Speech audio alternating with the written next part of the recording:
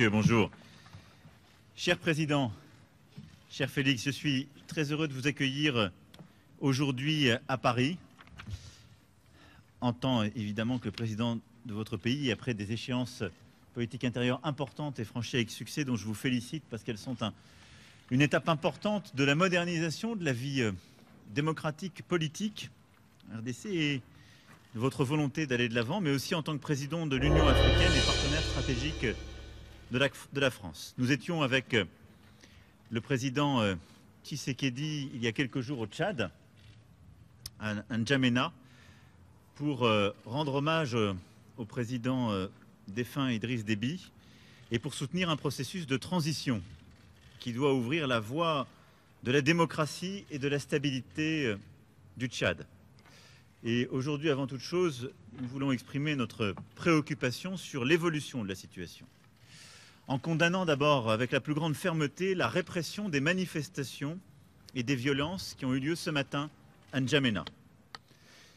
Nous appelons au respect des engagements qui ont été pris par le Conseil militaire de transition, celui d'une transition pacifique, inclusive sur le plan politique. Et je veux être ici très clair. J'ai apporté mon soutien à l'intégrité et la stabilité du Tchad très clairement à N'Djamena. Je suis pour une transition pacifique, démocratique, inclusive. Je ne suis pas pour un plan de succession. Et la France ne sera jamais aux côtés de celles et ceux qui forment ce projet. Le temps est venu de lancer un dialogue politique national ouvert à tous les Tchadiens.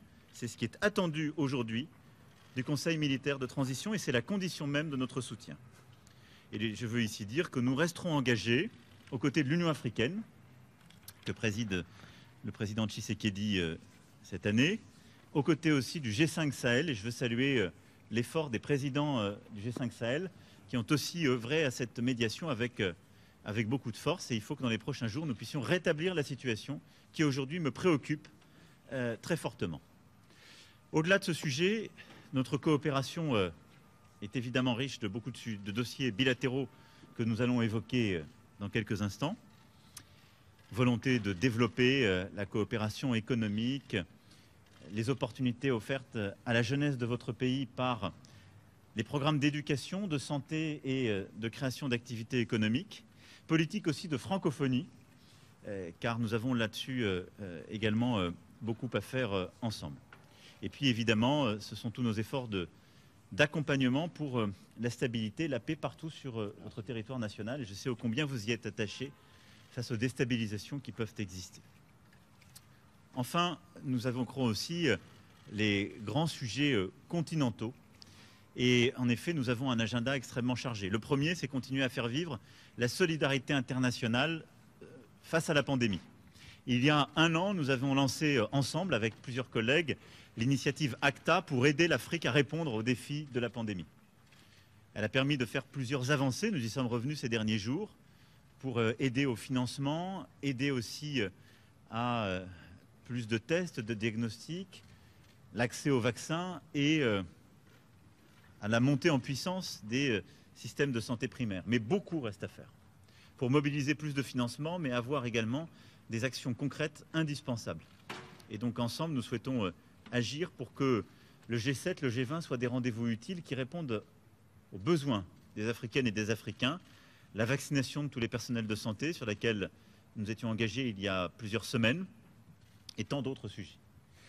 Et puis dans quelques semaines, nous nous retrouverons donc 17-18 mai prochain à Paris pour un sommet avec beaucoup d'autres leaders du continent africain et du monde entier, le sommet pour le financement des économies africaines.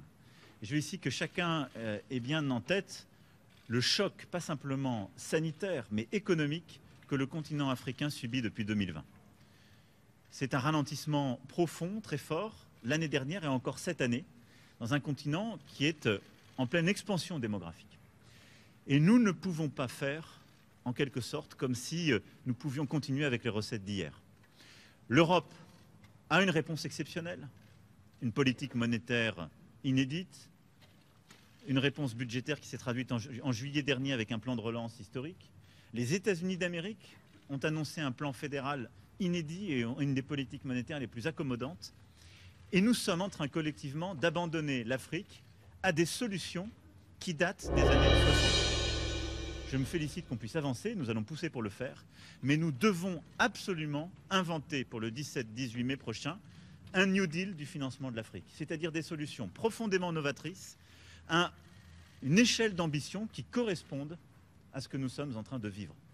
Sans quoi, nous laisserons le continent africain face à la pauvreté, nous laisserons le continent africain et sa jeunesse face à la réduction de leurs opportunités économiques, une migration subie et l'expansion du terrorisme. Et cela, je ne veux pas m'y résoudre.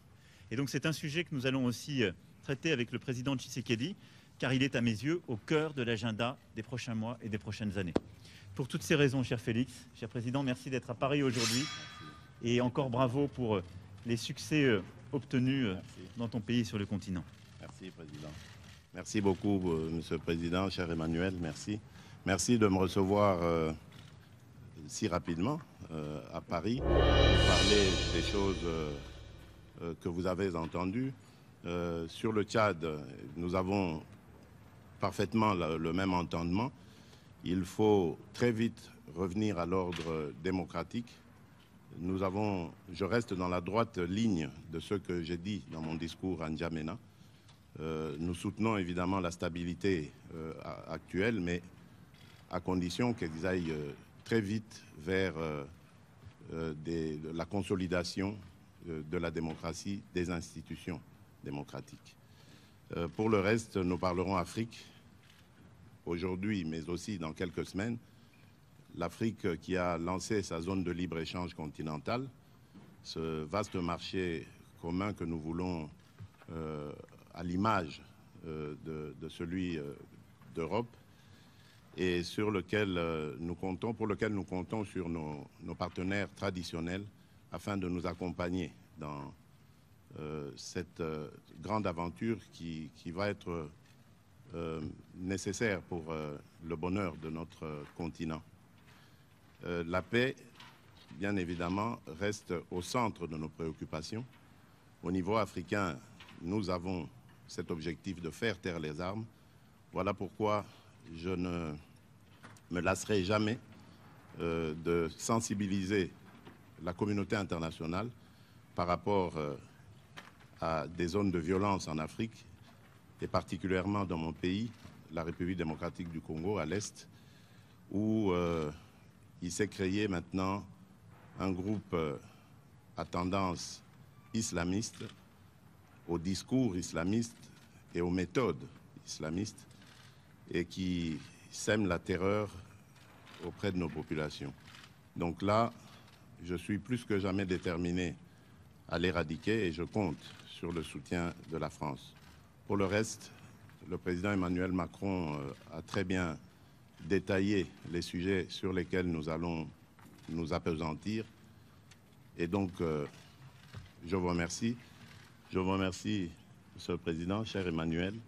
Et je crois que nous pouvons aller travailler. Merci beaucoup. Voilà. Merci à tous. Merci.